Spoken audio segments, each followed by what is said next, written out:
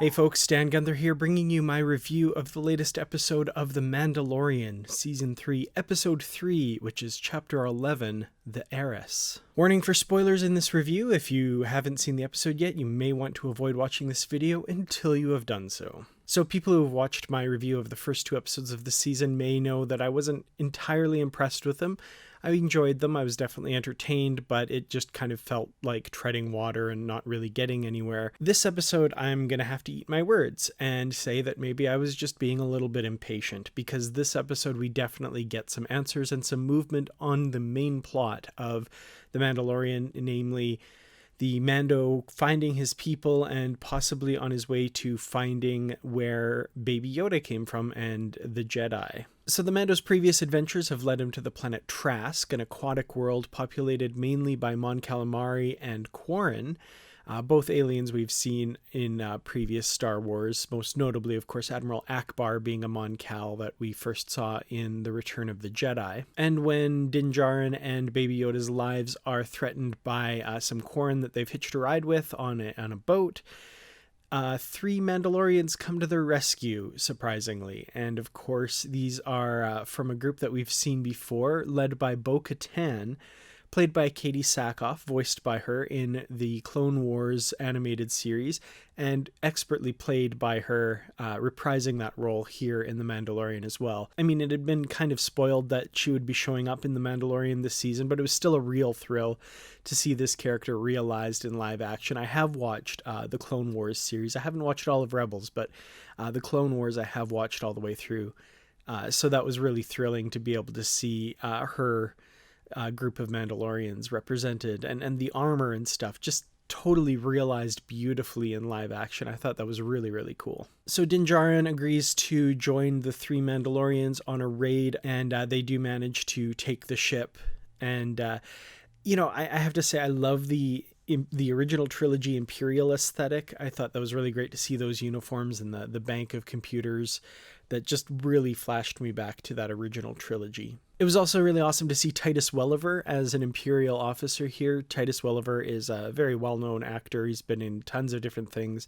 I know him mostly from Lost. He also has a show called Bosch that people might be familiar with. And he also did have a small guest role as the first officer of the USS Equinox in the Voyager two-parter Equinox Part 1 and 2. So they managed to take the ship, making the appropriate jokes about the bad aim of stormtroopers along the way, and we also do get a brief glimpse of Moff Gideon as he communicates with Titus Welliver's character via hologram. Again, it's just nice to see a little bit of incremental movement on this story. We know, of course, that he's in possession of the Darksaber, which is what Bo-Katan is after. So it's kind of neat to see these different storylines kind of meshing together and melding together. We also get the Mandalorian pointed in the direction of Ahsoka Tano at the end of the episode, which, again, spoilers before the show came out. We'd heard that this was something that was going to happen. But again, it's just nice to see movement on that story. Again, and I keep harping on this point, but there's only 8 episodes in the season.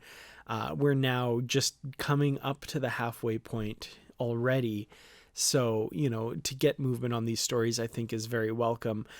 Less filler episodes, more moving this plot forward and at least giving us little hints as to what's to come is definitely welcome. So yeah, I have to praise, of course, the visual effects as usual. This episode is gorgeous. It felt very wide open and expansive, especially now that we're on this wide open aquatic world rather than, confined to a ship or in an ice cave or, something like that. So it felt like a return to the wide open expanses of Tatooine in the first episode. I also like the continual adding to the Star Wars universe, seeing Mon Cals and Quarren opening up that world and showing us little tidbits like the creature that was going to eat Baby Yoda. Baby Yoda's eating a child version of that creature later. Kind of almost reminded me of an aquatic sarlacc.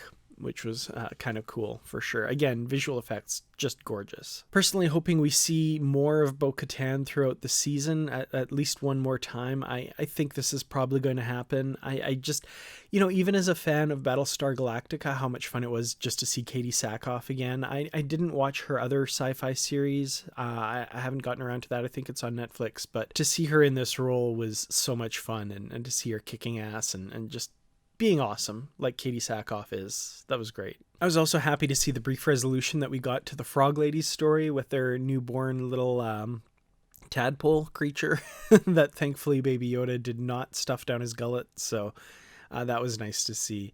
It's funny how much emotion, somebody under ridiculous prosthetics or creature makeup can make you feel without even any really spoken words.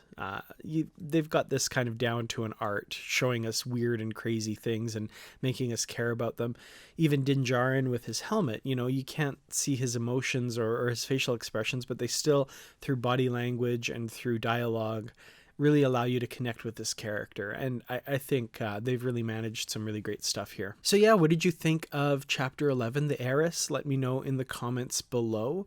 Thank you so much to the Patreon supporters for letting me do these videos for you. I truly do appreciate it. Thank you to everyone else for liking, sharing, and subscribing if you felt this video was worth it. I'll catch you in the next video. Until then, as always, may the Force be with you.